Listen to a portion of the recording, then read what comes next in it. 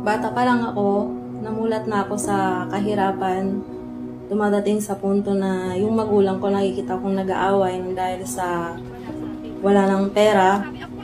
Kaya nung bata pa ako, talagang nangangarap na talaga akong umasenso sa buhay. Kahit hindi na ako kayang pag-aralin ng magulang ko, pumasok pa ako na janitress sa school para lang malibre yung tuition fee ko. At age of 17, lumuwas ako ng Manila. Ang naging trabaho ko, naging yaya, naging katulong. So, sobrang hirap talaga yung buhay. Kaya nagdesisyon akong maghanap ng trabaho sa Batangas, sa Laguna. So, natanggap naman ako bilang factory worker. So, sa pagpa-factory worker ko, sobrang hirap din kasi yung gabi na dapat tinutulog mo, kailangan mo gumising at magtrabaho kasi shifting yung trabaho. So, 3 years akong nagfa-factory worker na gano'n na wala pa rin talagang pag-asenso. Nakapagtapos naman ako ng pag-aaral ko, akala ko yun na yung simula ng pag-asenso ko. Yun nga lang, tumatawag sa akin yung magulang ko, magpadala daw ako ng pera sa kanila.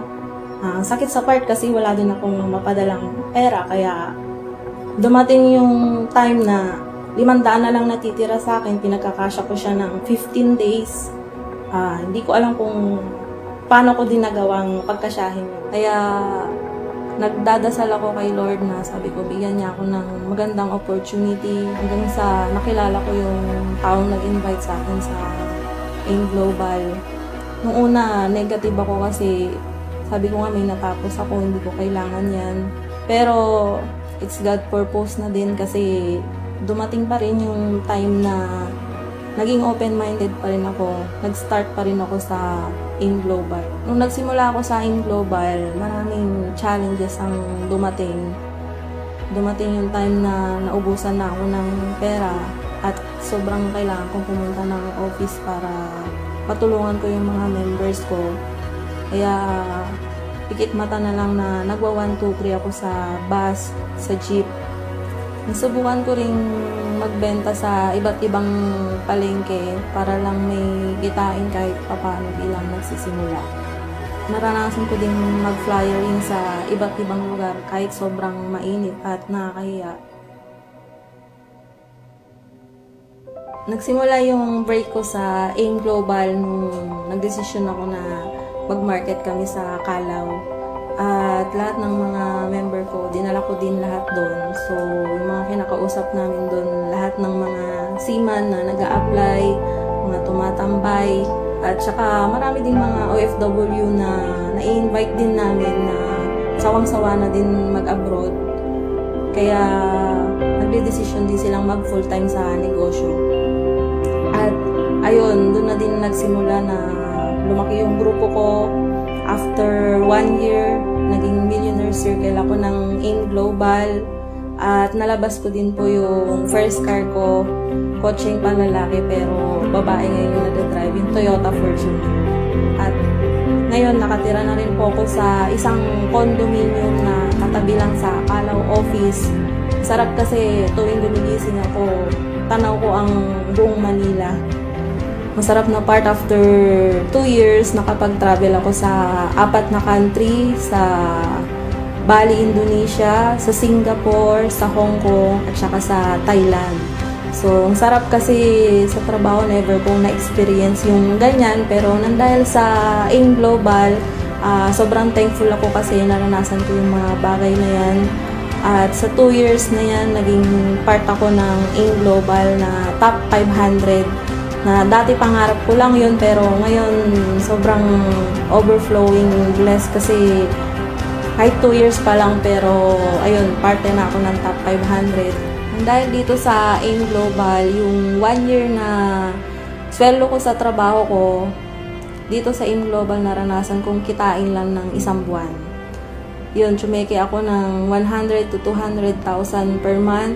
Consistent na po yun. At isa sa mga natanggap ko ding award is maging top 1 sa out of 2,000 member ng HITS na never ko pong naging rank yung top 1 sa pag-aaral ko. Para sa mga kagaya kong nangangarap, advice ko sa'yo, huwag kang matakot, huwag kang magduda kasi sa AIM Global, lahat ng pangarap mo makukuha mo talaga dito. And kung gusto mong ma-bless talaga ng bonggang-bongga, gawin mo yung AIM Global kasi ibibigay at ibibigay sa'yo lahat ng pangarap mo.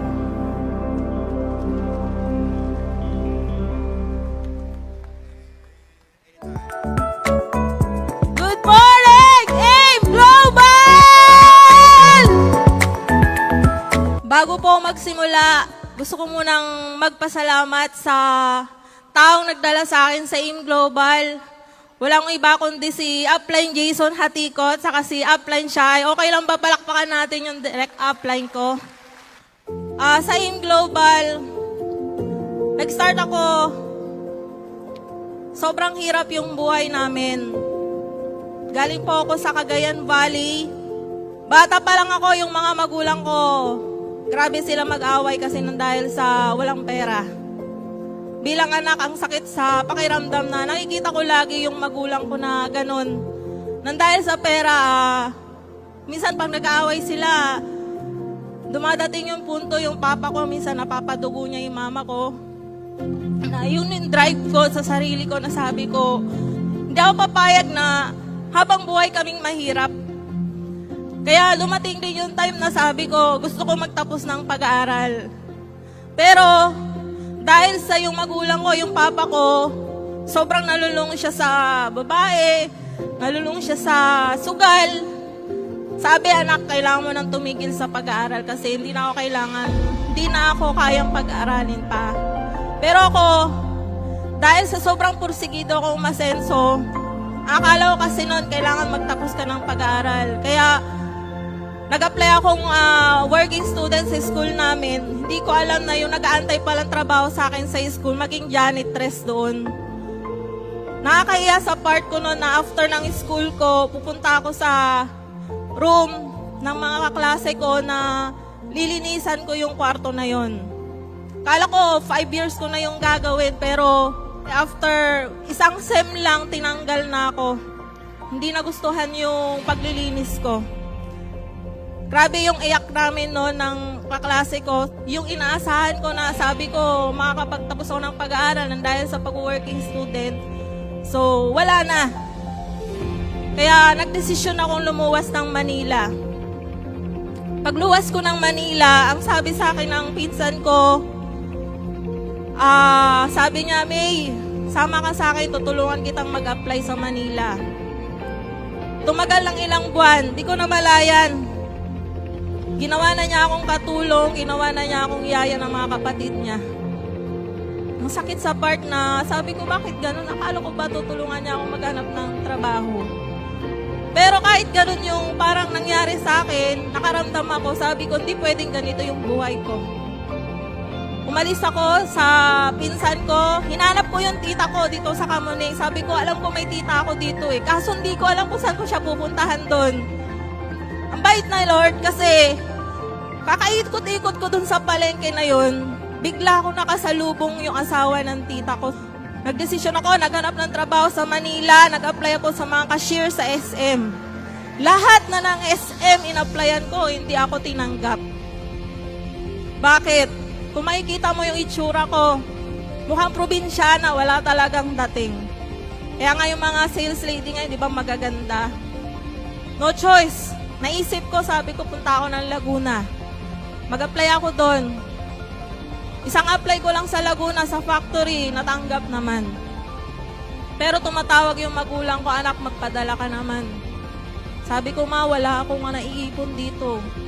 Sa pagpa-factory worker ko dun sa Laguna. Sabi niya, ano ba yan? Umuwi ka na nga dito, wala ka naman palang kinikitang pera dyan.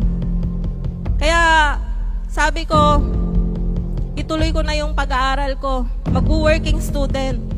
So, nag-working student po ako sa Batangas. May nahanap din akong trabaho doon. Dumating yung time na, alam mo yun, wala na akong time kumain, matulog, para lang matapos ko yung pag-aaral ko. Pagka-graduate ko, akala ko yun na yung simula ng pag-angat ko. 3 years, nagtatrabaho ko bilang office staff. Nadadagdagan yung taon ko, wala palang pera. Hanggang sa na-invite ako sa ganitong negosyo. Nung na-invite ako sa ganitong negosyo nung una, ayoko kasi, siyempre may trabaho ko, engineer ako. Sabi ko, sino naman yung mabebentahan ko niyan? Mahal-mahal ng produkto na yan. Tama, pero it's God purpose talaga. Bait ni Lord kasi yung pinagdadasal kong opportunity, dinala na niya pala ako. At dumating yung time na nagdesisyon akong mag-join kasi nakasalubong ko ulit yung nag-invite sa akin. So, pinasok ko yung ganitong negosyo, hindi ko alam kung paano gagawin. Sabi ko sa sarili ko, uumpisahan ko to, magte-training ako lagi. Inumpisahan ko siya sa laging pagte-training, pag-i-invite. Good news, after 6 months, wala pa akong na-recruit. Pero, sabi ko, hindi dito magtatapos yung pangarap ko. Kung nagawa nila, marating nila yung pagyaman sa ganitong negosyo, hindi papayag na walang mangyari sa akin. Dumating yung time, di ko makalimutan, meron akong inaasahan na gadget. Sabi ko, ibebenta ko to, pambayad namin sa bahay. Kasama ko pa yung magulang ko nun. Muwi ako ng bahay, excited akong linisin yung camera na yun kasi nga meron akong na-deal. Pag uwi ko, tinignan ko yung camera. Wala na po yung camera. Yung pinaka-last na inaasahan mo para mabayaran mo yung bahay, wala na. Pero alam mo, kinabukasan, kahit ganun yung nangyari, punta pa rin ako ng office. Hindi ko pinapakita sa mga member ko na umiiyak ako kasi wala na akong pambayad ng bahay. Malamang marami dito. Ganon din yung iniisip na yon, pero hindi yun yung dahilan para itigil ko yung negosyo. Sinabi ko sa upline ko, wala na akong wala akong pambayad ng bahay. Sabi niya, okay lang yan, gawin mo ng paraan. Nag-isip ako kung paano ko mababayaran yun. Yun na yung time na nag-iwahiwalay na kami. Yung magulang ko, ginawa ko ng paraan. Pinakitira-tira ko muna sa mga dito ko. Ako, nag-bed space ako. Alam mo yung bed space sa Pasig, 1.5 per month, hindi ko pa mabayaran. Pero, kahit ganun yung nangyari, alam mo, never talaga akong tumigil. Lahat ng rejection, lahat ng discouragement, hindi ko yan inintindi. Alam ko, marami dito, nag-iisip kung tutuloy pa ba o hindi. Ang pinaka-worst pa na naranasan ko dati, alam mo yung upline ko, kinidnap ako. Nasyak ako kasi inoopera na niya ako na lipat daw na ibang company. Tapos yung mga downline ko, nandun na pala sa bahay niya. Nilalatagan na rin niya na ibang company. Sabi ko, ito na ba yung katapusan ng pangarap ko? Inisip ko, sabi ko, kung mag-a-apply ako, parang hindi ko na kaya magtrabaho, hindi ko na kayang gumising na maaga, pumasok ng ganon na magtatrabaho ulit na walang nangyayari naman, walang maipon, hirap pa din. Buti na lang, meron si Upline Shai, si Up Jason, sila yung naiwan na dinate pa nila ako noon na alam ko, dati nag-iisip na akong tutuloy pa ba o hindi. Buti na lang, meron yung upline ko na nag-guide sa akin na bumangon ulit kami. So dumating yung time na, ayun nga, in-offer yung AIM Global. Grabe na naman yung iyakan namin. Sabi ko, kaya ko pa bang magsimula ulit? Kasi sabi ko, pag isang pay-in, kikita na ako ng 3.5 pero sa AIM Global, magsisimula ulit ako sa 0. Ayan, meron pa ako isang downline na iyak nang iyak din si Eds. Orez ko, siya yung unang nagtiwala sa akin. Nag-iiyakan kami nung nag-start sa AIM Global. Pero napakabait talaga ni Doc Ed kasi pinapaunawa niya sa amin yung AIM Global na... At yun, tinayo niya yung head office, yung Calao, yung office sa Calao. Doon na po nagsimula lahat. Na within 2 months, silver executive na ako agad ng company. Wala pang 1 year, nag-gold executive na po ako. After 1 year, kumita na rin po rin ako ng milyon sa negosyo na to. Alam mo, dati, kinita ko yung milyon na yun, ang tagal. Dito sa AIM Global, 1 taon lang. Sobrang thankful ako na nadala kami sa AIM Global. Dito ko naranasan na yung ini-invite mo, sasali, nang dahil sa gustong-gusto yung products. Kahit nasa ibang bansa pa yan, magpapadala yan ng pambili ng product at magjo-join sa AIM Global, 15 accounts pa. Sobrang andali lang kumita sa AIM Global pag once na seseryosohin mo. Ngayon, sa dami ng hits, hindi naman ako magaling, hindi naman ako matalino kasi school, never nga ako na-awardan dyan ng makapasa lang okay na ako. Pero sa ganitong negosyo, sa grupo ng hits, naranasan ko pong mag-top 1 sa buong taon ng 2018. Sobrang nagpapasalamat ako kay God kasi kahit sobrang daming challenges, sobrang daming rejection, sobrang thankful ako sa Kanya kasi tinataas niya pa rin ako lagi. At sobrang sarap na ngayon, yung kinikita ko ng 1 taon sa trabaho ko dati bilang office staff, ngayon sa AIM Global, naranasan ko pong kinita 100,000 in just 1 week lang. Kaya, kung ikaw, natatakot ka na gawing full-time to, huwag kang matakot. Ako nga babae, wala nga kinakatakutan eh. Hindi nga ako natakot magutom, mawalan ng pambayad sa bahay, mawalan ng, alam mo yon lahat. Kasi dumating din yung time na broken heart din. Alam mo, pag broken heart ka, sabi ko, imi-meeting ko pa ba yung downline ko o uwi na ako? Diba?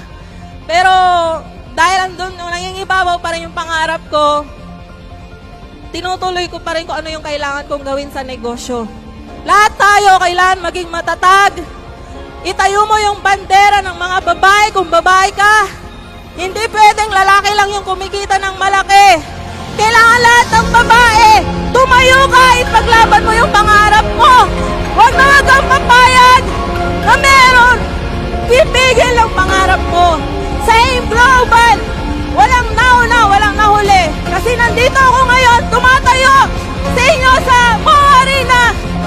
Bago pa lang, pero sana ako sa nakikita mo ngayon. At wag na wag kang papayag na lagi ka lang nakaupo dyan. Kailangan tumayo ka din. Paglaban mo yung pangarap mo. Thank you, A-Flow!